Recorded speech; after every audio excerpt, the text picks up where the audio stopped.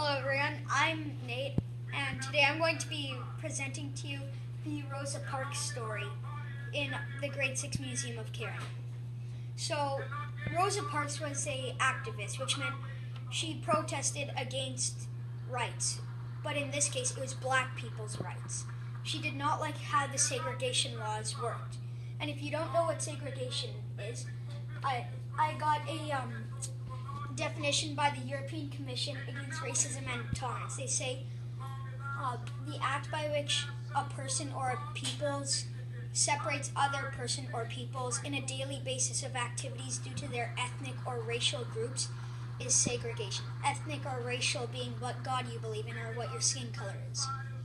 So Rosa Parks protested as hard as she could against that. One day she was riding on a bus. This is the bus that she was on. She was actually in a section that she was allowed to sit in. At the back of the bus, it was black people. Middle of the bus was neutral, which meant anyone could sit there. In front of the bus, it was for white people. So Rosa Parks was in the middle of the bus, and the white part of the bus was full. So another white man came in and demanded Rosa for her seat. Rosa decided to say, "No, I'm not going to give you my seat." So Rosa actually got arrested for that and was in jail for a day and a half before she was bailed out by Edgar Nixon, who is the head of the NAACP, the National Association for the Advancement of Colored People. They were basically a group that's still around today, who still fights for black rights.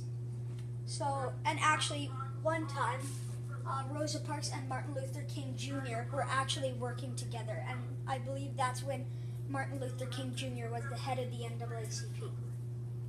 So, the fine that Rosa got was to get out of the jail, or to get bailed out, was $14. That doesn't seem like much nowadays, but that would be $126 for not moving on a bus seat. And the reason why Rosa started protesting against lots of these rights was because when she was a child, she hated not being allowed to drink from the same water fountains, having to go to different schools, etc. And eventually, she just had enough until the point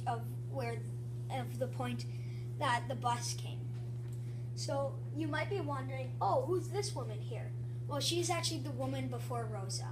No, she's not Rosa's inspiration, but she actually did the exact same thing that Rosa Parks did, but 9 months earlier. So you're thinking, well, why isn't she really famous? Well, at the time, she was only 15, and she was pregnant. So when she went to jail, of course the NAACP saw her, but they decided to say, she's 15, she's pregnant, let's just let her be. And then that's when Rosa Parks came, and they decided to build their foundation off that. So after Rosa Parks got bailed out, or on December 1st, a whole thing called the Alabama boycott started. It is where people were walking and not taking the bus for almost a whole year, 11 months. So Rosa got out of jail December 1st. It ended November 4th. So they walked through Christmas, Thanksgiving, July 4th. And eventually, when that ended, a lot of segregation laws ended too. So the reason why we're all equal today, and it doesn't matter what God you believe in or what your skin color is partially because of Rosa Parks deciding to say no to a mean bus driver. Thanks.